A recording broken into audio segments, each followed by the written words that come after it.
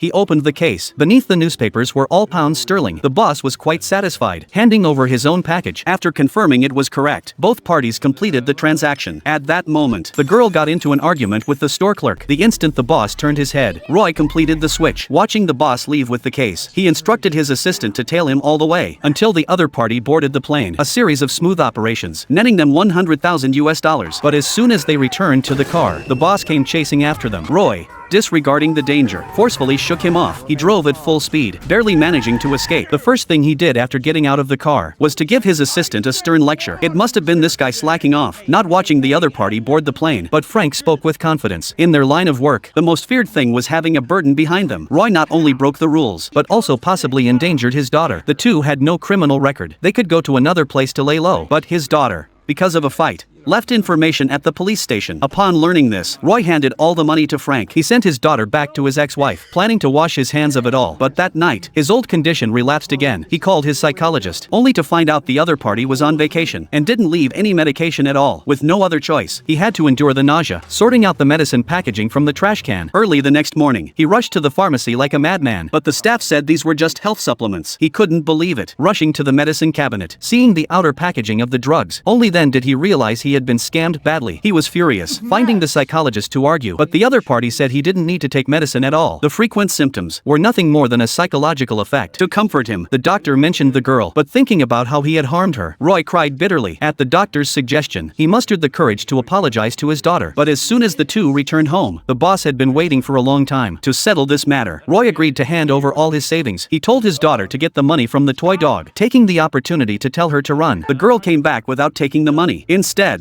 she took a handgun from the dog's belly. Immense fear made him pull the trigger. Seeing the situation escalate, Roy was completely flustered. He got a garbage bag to clean up the scene, but when he returned to the room, he was knocked out. When he woke up, he was on a hospital bed. Two police officers surrounded him, asking about the whereabouts of Frank and the girl. To protect his daughter, he took all the blame on himself. Seeing the police still pressing him, he requested to see his doctor. When the psychologist arrived, Roy felt like he had grasped a lifeline. He begged him to pass the bank password to his daughter to properly arrange everything. Roy passed out. When he woke up again, it was from the heat. He shouted for a while, but not a single police officer paid him any attention. So he struggled to get out of bed and opened the door of the ward. Looking at the scene outside, Roy was completely dumbfounded. This ward was actually a shipping container on the roof. He realized it was a scam, so he hurried home. Only when he got home did he find it had been completely ransacked. The money hidden in the dog had been replaced with a letter. It was a message from Frank. He was devastated, immediately rushing to the bank. Sure enough, as expected, all his savings had vanished without a trace. Only his assistant, out of mockery, had left a small amount of cash. Roy completely broke down. Numbly,